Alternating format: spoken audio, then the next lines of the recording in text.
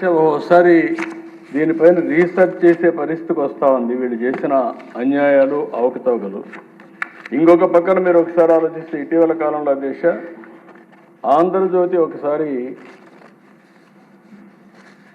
ఏసఐ సేవలో టీటీడీని పెట్టేసి ఒక ఆర్టికల్ రాశారు దేశం. దానికి కూడా కారణం టీటీడీ వెబ్సైట్లో యేసు ప్రభు ఫోటో వచ్చేసే పరిస్థితికి వచ్చింది.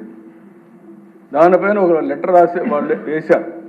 వేస్తే ఏం చేయాలి అధ్యక్ష? ప్రభుత్వం కరెక్ట్ చేసుకోవాలి. కరెక్ట్ చేసుకోకుండా 100 కోట్ల రూపాయలు డెఫర్మేషన్, అదే సమయంలో క్రిమినల్ ప్రాసిక్యూషన్. ఇది ఎక్కడికి పోతామైతే మనకు అర్థం కావడం లేదు.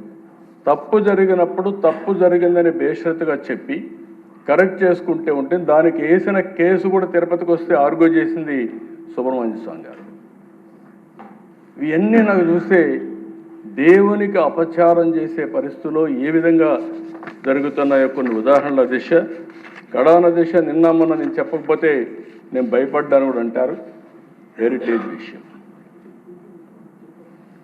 నేను ముఖ్యమంత్రి అయిన తర్వాత కానీ నేను రాజకీయాల్లోకి వచ్చిన తర్వాత కానీ నేను ఆ రోజు మా కుటుంబ సభ్యులకి చెప్పింది, నేను రాజకీయాల్లో ఉంటాం, ప్రభుత్వంలో ఎక్కడ కూడా మీరు హెరిటేజ్ అనే పేరే రాకూడదు. ఏ దేవాలయం కానీ ప్రభుత్వ కార్యక్రమాలకు కానీ ఒక్క కేజీ కానీ ఒక్క లీటర్ కానీ మీరు ఇవ్వడానికి వీలు లేదని మేము అనుకున్నాం. దాని ప్రకారం ఇంతవరకు ప్రభుత్వంలో ఎక్కడా ఇవ్వనటువంటి సంస్థ హెరిటేజ్ సంస్థ దేశ. వీళ్ళు మాట్లాడతారు దేశ